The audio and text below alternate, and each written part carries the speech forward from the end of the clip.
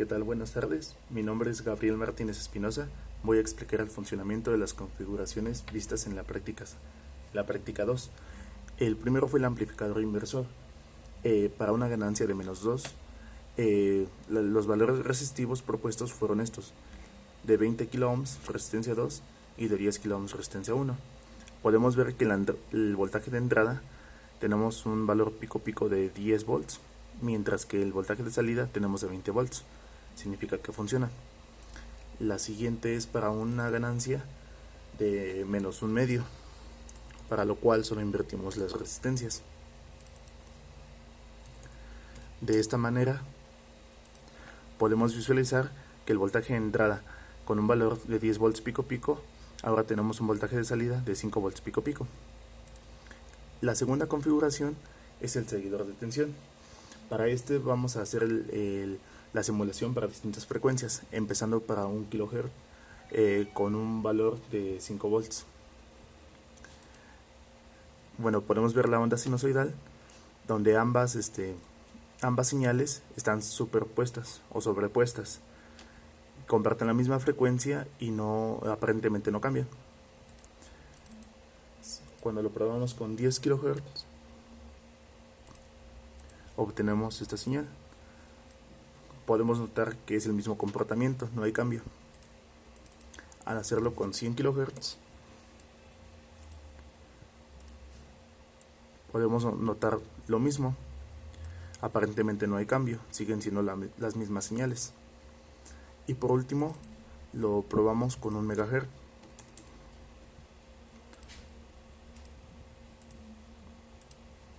Como podemos observar, ya se ve un cambio notorio. Aunque siguen compartiendo la misma frecuencia, ya la amplitud es distinta, incluso existe un desfasamiento, y esto comprueba de que el op-amp solo funciona para frecuencias bajas.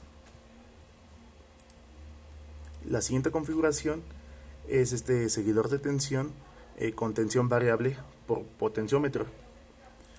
Aquí podemos ver que cuando tenemos al 100% el potenciómetro, obtenemos el voltaje positivo de saturación. Cuando lo tenemos al 50%, deberíamos tener 0 volts. En nuestro caso nos manda 10.8 microvolts, prácticamente 0. Y cuando el potenciómetro se encuentra en 0%, obtenemos el voltaje negativo de saturación, menos 10.45. El siguiente es el amplificador no inversor. En este caso es no óptimo, porque usamos 3 op-amps, uno en configuración seguidor de tensión y 2 amplificadores inversores. En este caso el en medio es el que nos dicta la ganancia. La primera nos pide que sea ganancia de 2, para lo cual ya tenemos configuradas las resistencias 2 y 1.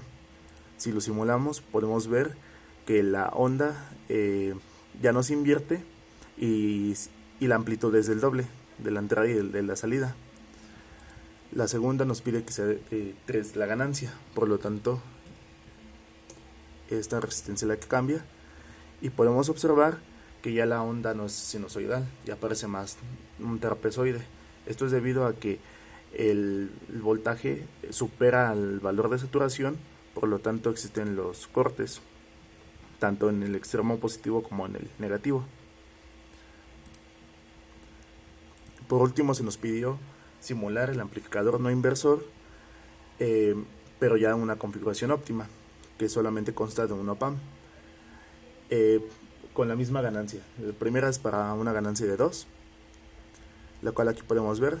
La señal de entrada amarilla tiene un voltaje de pico de 10 volts, y la de salida, que es la señal azul, un voltaje pico de 20 volts. Funciona. Y para una ganancia de 3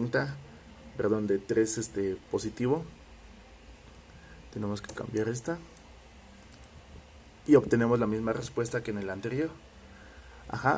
Una señal con cortes, señal de que funciona por la saturación. Mi nombre es Gabriel Martínez Espinosa. Gracias.